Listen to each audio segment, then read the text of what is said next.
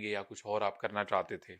आप इतनी अच्छी पर्सनैलिटी हैं, आप फ़िल्मों में जा सकते थे, मॉडलिंग कर सकते थे। देखिए, सब हो सकता था, लेकिन जब मैं कथा में आया, हुँ, उसके बाद ही कैसे आए? मतलब मैं आपसे जानना चाहता हूँ मैं कैसे एक एक हाँ, बचपन में ही मेरे पिताजी घर में जी, जी। पूजा करते थे और हमारे यहाँ पूजा पाठ का ही माहौल था। हुँ, हम लोग बचपन से ही भगवान की आरती पूजा करते थे। हुँ, मैं गैया चराने जाता था गाँव में, तो भी मैं गीता लेके जाता था। कोई धार्मिक पुस्तकें ले उस ज़माने में तो मैं कुछ भी नहीं जानता था, ना भविष्य को जानता था कि भविष्य में कल को क्या होना। लेकिन फिर भी मैं गाय चराने जाता था और पेड़ पे चढ़ के फिर मैं गीता सुनाया करता था, कोई नहीं था दूर-दूर तक सुनने वाला। फिर भी मैं गला फाड़-फाड़ के सुनाता था, गाय ही सुनती थी, भजन सुनाता था। तो वो गौ माता ने सुना और गौ माता की कृपा से, गौ माता और गोविंद की कृपा और गुरुजनों की कृपा से आज आप सबकी सेवा का अवसर मिल रहा है। ये सब नेचुरल है मतलब इसके लिए कोई अलग से शिक्षा आपने नहीं ली, किसी कॉलेज या स्कूल में आप नहीं नहीं, गए? मैं सबसे पहले पढ़ने के लिए जी, मैं 10वीं तक तो अपने गाँव में अपने मैं 5वीं तक तो अपने गाँव में पढ़ा, सरकारी स्कूल में। जी, जी, फिर मैं 8वीं तक 10वीं तक एक स्कूल था पास में गाँव में सरकारी तक, वहाँ पढ़ा कुछ, कुछ स्कूलों में पढ़ा। जी, 10वीं के बाद फिर मैंने पिताजी से कहा कि मुझे अब वृंदावन जाना है, चूँकि मेरा जन्म स्थान जबलपुर के पास मध्य जी, जी, प्रदेश का मध्य है। प्रदेश में। फिर मेरे को पिताजी ने कहा कि बेटा, वृंदावन में अपना कोई लिंक नहीं है, कहाँ रहोगे तुम, कहाँ खाओगे, कैसे रहोगे, कैसे पढ़ोगे? हुँ, मैंने कहा मेरे को जाना है। तो 1 साल तक मैंने पढ़ाई ही नहीं की। अच्छा, पिताजी से जिद करता रहा कि मेरे को जाना है, जाना है। पिताजी बोले नहीं। फिर पिताजी बोले अच्छा ठीक है तुम जिद कर रहे हो तो चलेंगे, लेकिन उस समय जबलपुर से यहाँ तक आने का किराया नहीं था। तो गरीबी इस तरह थी कि मैं बचपन में भीख माँगता था गाँव-गाँव में, घर-घर जाके। तो किराया ना होने से, व्यवस्थाएँ ना होने से मैं 1 साल तक आया नहीं, तो मैं 1 साल कुछ भी नहीं पढ़ा, केवल गैया चराता रहा। लेकिन था मेरे मन में कि मैं पढ़ूँगा तो वृंदावन में ही पढ़ूँगा।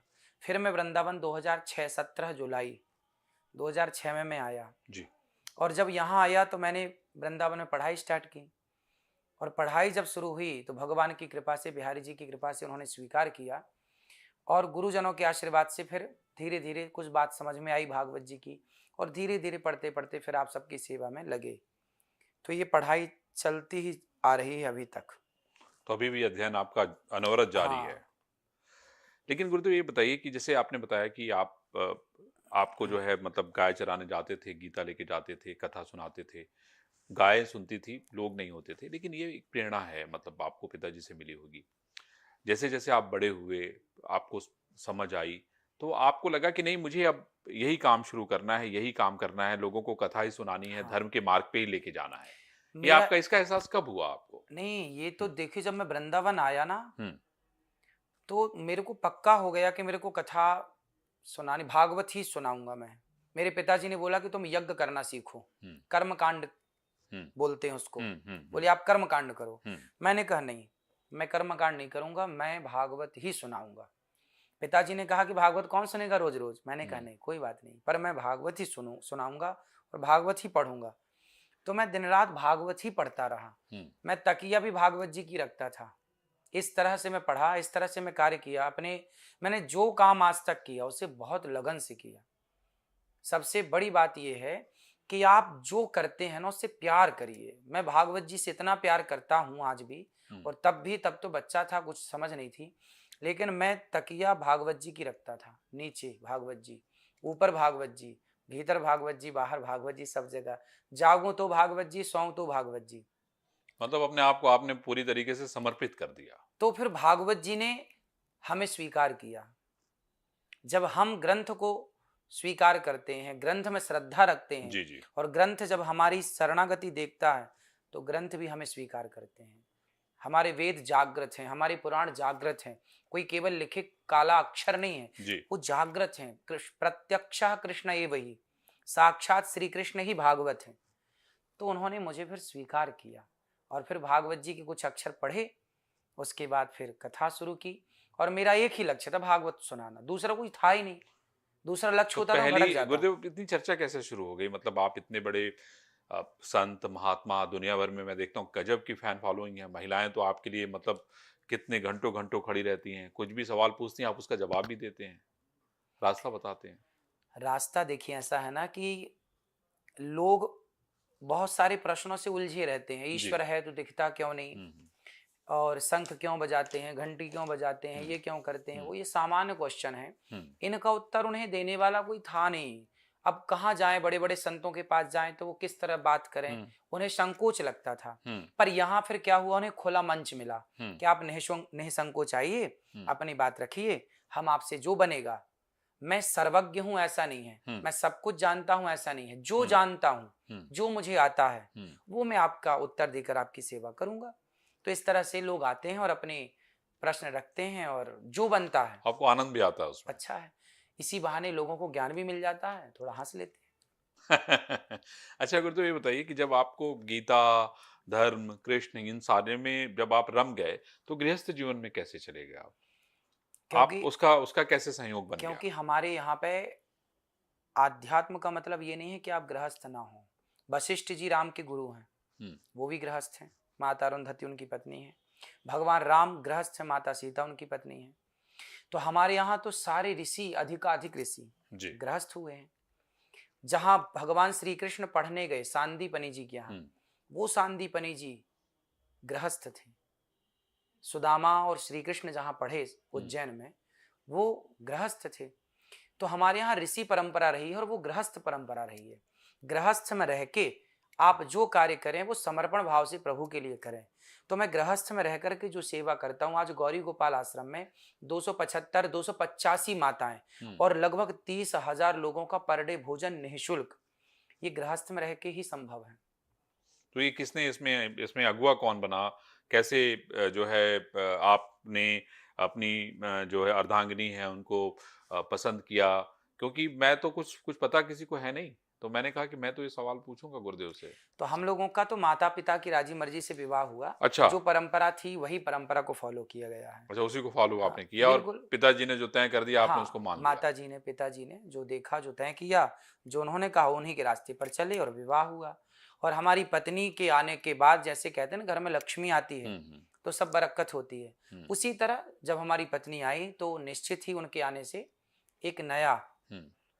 एक नया रास्ता दिखा। बिल्कुल बिल्कुल, तो ये, कहते हैं वो बहुत अच्छा भजन गाती हैं। हाँ, जो भी है भगवान का प्रसाद है, उनके पास भी जो गाती हैं, आप लोग पसंद करते हैं, हुँ। यही कृपा है। अच्छा गुरुदेव अभी मैं देख रहा हूँ कि क्या बोलते हैं आपके फॉलोअर जो है बहुत हो गए हैं, मिलियन और वो विलियन की तरफ बढ़ रहे हैं। तो ये सारी चीज़ें, ये टेक्नीक इतनी सारी आपने चीज़ें जो अब हो रही हैं जिससे आपकी लोकप्रियता लगातार बढ़ रही है। तो ये सारी चीज़ें कैसे ऑर्गेनाइज़ किया आपने? लोगों के मन में ये सवाल होता होगा कि भई गुरुदेव तो कल आए हैं और आज दुनिया भर में उनका नाम हो रहा है, डंका बज रहा है, हैं? दुनिया भर के जो फॉलोअर्स हैं वो भारत आना चाहते हैं, आपसे मिलना चाहते हैं, आपसे सवाल करना चाहते हैं, आपके साथ पिक्चर खिंचाना चाहते हैं, है ना? देखिए, सेवा में बहुत बड़ी शक्ति है। हुँ, हमारे यहाँ श्रवण को क्यों जानते हैं? हुँ, सारी दुनिया जानती है। जी। हम भारतीय तो जानते ही हैं। हाँ, हाँ, नहीं दुनिया जानती है। और श्रवण को क्यों जानते हैं? हुँ, श्रवण जैसे पुत्रों के बल पर ही इस देश का नाम विश्वगुरु हुआ। हुँ, हम विश्वगुरु क्यों बने? हमारे पास सोने की चिड़िया थी, हम पैसे वाले थे भारत, इसलिए विश्वगुरु नहीं था भारत, पैसे के बल पर। जी। हमारे संस्कारों के बल पर हम विश्वगुरु थे। संस्कार क्या? श्रवण कुमार जैसा संस्कार, जो अपने माँ बाप के लिए इतना समर्पित है। राम जैसे संस्कार के, माँ ने कहा कि वनवास जाना है, पलट कर एक बार भी नहीं कहा माँ मेरी गलती क्या है, क्यों जाऊं वनवास। एक बार पूछते तो राम जी क्यों जाऊं, क्या गलती है मेरी? नहीं, माँ ने कहा है हुँ, तो जाना है। ये जो मातृदेवो भव, हुँ, पितृदेवो भव, हुँ, देखिए वेद के 4 वाक्य हैं। जी, मातृदेवो भव, पितृदेवो भव, अतिथि देवो भव, आचार्य देवो भव। जी, 4 वाक्य हैं वेद के, यहां से वेद प्रारंभ होता है। जी, अब इन चारों को भी ये दास अनिरुद्ध ने फॉलो किया। मातृदेवो भव, मैं माओ की सेवा करता हूँ। गौरी गोपाल आश्रम में ब्राह्मण, क्षत्रिय, वैश्य, शूद्र चारों माँ है, लेकिन मैं सबके पांव दबाकर सेवा करता हूँ। आज तक मैंने किसी माँ से नहीं पूछा कि आपकी जाति क्या है। मातृदेवो भव, हुँ, पितृदेवो भव, मेरे पिता तुल्य संत जो फुटपाथ पर सोते हैं, उन संतों को भरपेट भोजन मिलता है गौरी गोपाल में, और उन संतों के लिए एक संत निवास बनाने जा रहे हैं। तीसरा, अतिथि देवो भव, गौरी गोपाल आश्रम में जितने आते हैं सब भक्तों को पेट भर भोजन, दाल चावल सब्जी रोटी फ्री में। पूरे विश्व की, पूरे भारत की सबसे बड़ी रसोइयों में 5वें नंबर की रसोई है गौरी गोपाल जी की रसोई, क्या आप बात चेक करिएगा। क्या बात। अतिथि देवो भव। और चौथा आचार्य गुरुजन। मेरे से जितना हो पड़ता है गुरुजनों की सेवा करता हूँ। आपने देखा होगा मैं ब्राह्मणों के चरण धुल के पीता हूँ, सबकी सेवा करता हूँ। तो 4 वाक्य है ना, एक व्यक्ति वो है समाज में जो केवल 4 बातें केवल वेद की बता रहा है। एक तो होता है बताना कि आपने 4 बातें याद कर ली, आपने हमें पेस्ट कर दिया, बता दिया। एक वो है जो हम बता भी रहे हैं और ये चारों को कर भी रहे हैं। 5वां गौरी गोपाल गुरुकुल है। आज मेरी आयु 33 साल की है जी। इस 33 वर्ष में 150 बच्चे गौरी गोपाल गुरुकुल में निःशुल्क पढ़ना लिखना खाना पीना पुस्तक कॉफी किताब सब फ्री। 150 बच्चे जिनके माँ बाप असमर्थ हैं, गरीब परिवार के सारे बच्चे गौरी गोपाल गुरुकुल में रहते हैं और बच्चे पढ़ते हैं। तो ये सारी सेवाएं जब लोग देखते हैं, आप देखते हैं, तो आपको लगता है कि हाँ हमें इन सेवाओं से जुड़ना चाहिए। इसलिए इन सेवाओं मेरी कोई उपलब्धि नहीं है, मेरी कोई पहचान नहीं है, मेरी कोई ख्याति नहीं है, पहचान है सेवाओं की। मुझे कौन जानता है? यदि मैं सेवा ना करूं तो मुझे कौन जानता है? तो मेरे पीछे जानने वाले जो हैं वो केवल सेवा को फॉलो करते हैं, सेवा को प्यार करते हैं। तो बस ये सेवा इन हाथों से हो रही है तो लोग आते हैं दर्शन। उसी का सुख है ये सेवा, इसलिए कहते हैं करोगे सेवा, पुरानी कहावत है, करोगे सेवा तो मिलेगी मेवा। एकदम सही कहा है ना, तो जो सेवा करेगा मेवा मिलेगी। गुरुदेव मेरे मन में एक और सवाल है, भी रिपोर्ट्स बहुत सारी आप भी पढ़ते होंगे, मैं भी आपसे पूछना चाहता हूँ कि लगातार हिंदुओं की आबादी कम हो रही है, इसको लेकर बड़ी चर्चा चल रही है और ये भी कहा जा रहा है कि मुसलमानों की आबादी लगातार बढ़ रही है। आपको क्या लगता है कि आज अभी बांग्लादेश में जो इंसिडेंट हुआ, अगर आप उसको देखें वहाँ पे जो हालात हैं वो बहुत बुरे हैं, पाकिस्तान में भी हिंदुओं के हालात बहुत अच्छे नहीं हैं, भारत में बहुत बहुसंख्यक मुसलमान हैं। मेरा सवाल आपसे ये है कि इस तरह की चीज़ें या रिपोर्ट्स जब पढ़ते हैं तो आपके मन में क्या आता है? देखिए सरकार बहुत लेट हो गई। मोदी जी जब आए सत्ता में, पहली बार आए चलो कोई बात नहीं, जब सेकंड बार आए तो मोदी जी को जनसंख्या नियंत्रण कानून दूसरी बार की सत्ता में लागू कर देना चाहिए था, पर अभी तीसरी सत्ता पे भी कोई सुध बुध नहीं है। ये बड़ी विडंबना है और चिंता का विषय है। भाई एक घर है, जैसे ये कमरा है, अब इस कमरे की तो एक क्षमता है ना कि इसमें 10 लोग आएंगे या 15 लोग आएंगे, और लोग तो 18 लोग आ जाएंगे, 40 तो नहीं आ सकते ना, टूट जाएगा, ये बैठ जाएगा। एक क्षमता होती है हर चीज। इसी प्रकार ये देश है, इस देश की भी अपनी एक क्षमता है, यहाँ की नदियों की भी एक क्षमता है, यहाँ के वातावरण जंगलों की भी एक क्षमता है जी। तो अब उस क्षमता से अधिक यदि आप संख्या बना लेंगे तो कहीं ना कहीं वो आपको हानि तो पहुंचाएगी। इसलिए राजा का धर्म है कि वो राजा ये नियम बनाए कि भाई अभी संख्या पर्याप्त है तो अभी बस करो, अभी 1 बहुत है, 2 बहुत है, बस 10 पे मत जाओ। तो आपको क्या लगता है गुरुदेव कि एक तो ये तो कानून जो है लागू करना चाहिए सरकार को, लेकिन आपके हिसाब से मतलब किस तरह का, मतलब सख्त नियम बनाना चाहिए, क्या करना चाहिए? आपके कुछ सुझाव हैं क्या उसको भाई लेकर? सुझाव तो हमारे यही हैं कि जनसंख्या नियंत्रण कानून बनाया जाए और जिनके 2 से अधिक बच्चे हों उनको कोई भी सुविधा, सरकारी बोर्ड डालने का भी अधिकार छीन लिया जाए। यदि आपके वो किसी के भी हों, किसी के, हिंदू हो, मुस्लिम हो, सिख हो, ईसाई हो, सबके ऊपर लागू होना चाहिए। सबके ऊपर लागू हो कि भाई आपको 2 से ज्यादा बच्चे, या एक संख्या निश्चित हो, 2-3 ठीक है, इससे अधिक बच्चे ना हो। बेटा 2, बेटियां 2-4 जितनी आप चाहें, है ना, ठीक है। इसके बाद सबके लिए नियम हो कि आपकी जनसंख्या इससे ज्यादा है तो फिर आपको भारत से वोट देने का अधिकार छीन लिया जाएगा, सारी सरकारी सुविधाओं से आपको वंचित किया जाएगा, आपको कोई फ्री राशन नहीं मिलेगा, आपको वोट डालने का अधिकार नहीं मिलेगा, तब जाके जनसंख्या कंट्रोल होगी। और ये कानून सदा के लिए नहीं, चाइना ने ये कानून सदा के लिए बनाया तो आज जनसंख्या वहां कम हो गई जी, फिर वो चिंता का विषय। तो भाई 50 साल के लिए हो, ये 60 साल के लिए हो गई, 50-60 साल तक पहले से हम मेंटेन करें जी। फिर लगेगा तो हम इस कानून को देखेंगे, घटाएंगे या बढ़ाएंगे।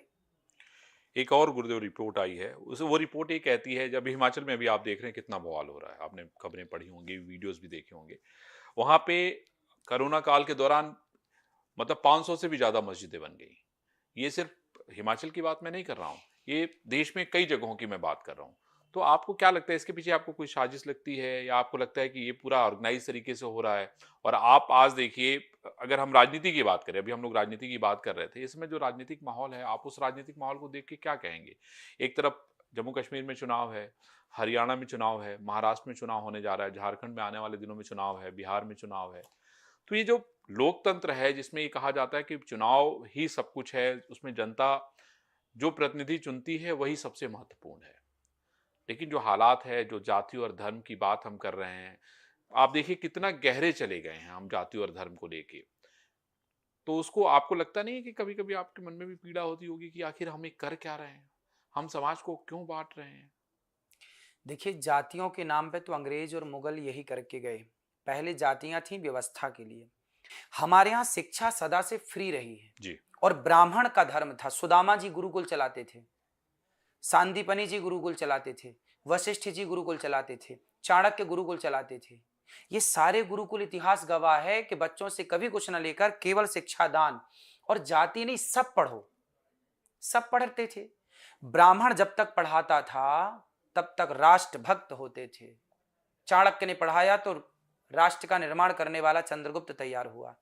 जब से शिक्षा बिकाऊ हो गई कि आप पैसे दो तो हम पढ़ाएंगे। व्यवस्था बदल गई ना गुरुदेव। अब तो अब आप देखिए कि अब जाति के नाम पे जो है अब हम वोट दे रहे हैं।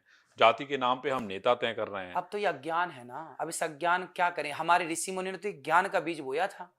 पहले क्या था ना, पहले जिसका जो कार्य था, मोची का कार्य मोची करता था ईमानदारी से, लोहार का कार्य लोहार करता था। जितने छत्री तलवार, महाराणा प्रताप की तलवार 40 किलो की थी, उस तलवार को बनाने वाला कोई लोहार ही तो रहा होगा। जितना पावर महाराणा प्रताप का है उतना ही तो धन्यवाद का पात्र वो तलवार बनाने वाला भी है। तो हमारे यहाँ सबका सम्मान था। तो आज सिर्फ इतना ही। तब तक सभी दर्शकों को नमस्कार और आप देखते रहिए इंडिया डेली।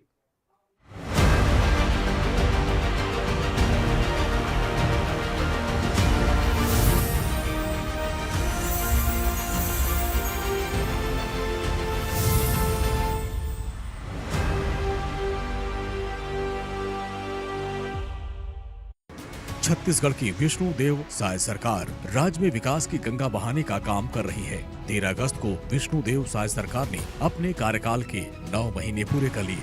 इस अवधि में सरकार की ओर से वो जन कल्याणकारी योजनाएं चलाई गयी, जिसने प्रदेश वासियों के जीवन को खुशहाल और समृद्ध किया है। प्रदेश में सरकार बनने के बाद मुख्यमंत्री विष्णुदेव साय ने मोदी की गारंटी को एक संकल्प की तरह पूरा करने के लिए कई महत्वपूर्ण कदम उठाए। सुशासन की स्थापना के साथ साथ राज्य की विष्णुदेव सरकार ने 13 लाख किसानों के बैंक खातों में 3,716 करोड़ रुपए का बकाया धान बोनस भेजा गया। प्रदेश सरकार ने 21 क्विंटल प्रति एकड़ के मान से धान की खरीदी की गारंटी दी थी और जिसे पूरा करते हुए विष्णुदेव सरकार ने 32,000 करोड़ रुपए के समर्थन मूल्य की राशि का तत्काल भुगतान किसानों को किया। इसी के साथ ही 24,75,000 किसानों को कृषक उन्नति योजना के तहत भी 13,320 करोड़ की राशि सरकार की ओर से प्रदान की गई। छत्तीसगढ़ में जब से मुख्यमंत्री विष्णुदेव सत्ता में आए, तब से राज्य उन्नति की ओर निरंतर आगे बढ़ता जा रहा है। विष्णुदेव साय सरकार में न सिर्फ किसान बल्कि तेंदुपत्ता संग्राहकों के भी अच्छे दिन आ गए हैं। छत्तीसगढ़ में तेंदुपत्ता संग्रहण की पारिश्रमिक दर जो पहले 4,000 रुपए प्रति मानक बोरा हुआ करती थी, उसे विष्णुदेव साय सरकार ने बढ़ाकर 5,500 रुपए प्रति मानक बोरा कर दिया है और जिसका लाभ 12,50,000 तेंदुपत्ता संग्राहकों को मिल रहा है। प्रदेश के हर नागरिक का ख्याल सरकार एक अभिभावक की तरह कर रही है। छत्तीसगढ़ सरकार ने नई दिल्ली के ट्राइबल यूथ हॉस्टल में सीटों की संख्या को बढ़ाकर 50 से 185 कर दिया है। प्रदेश की विष्णुदेव साय सरकार ने सूबे को हाईटेक बनाने और उद्योगों के लिए प्रदेश में अनुकूल माहौल बनाने के लिए कई अहम कदम उठाए हैं। मुख्यमंत्री विष्णुदेव साय ने उद्योग विभाग के सिंगल विंडो सिस्टम 2.0 का शुभारंभ किया, जिससे अब उद्योगपतियों को पोर्टल पर ही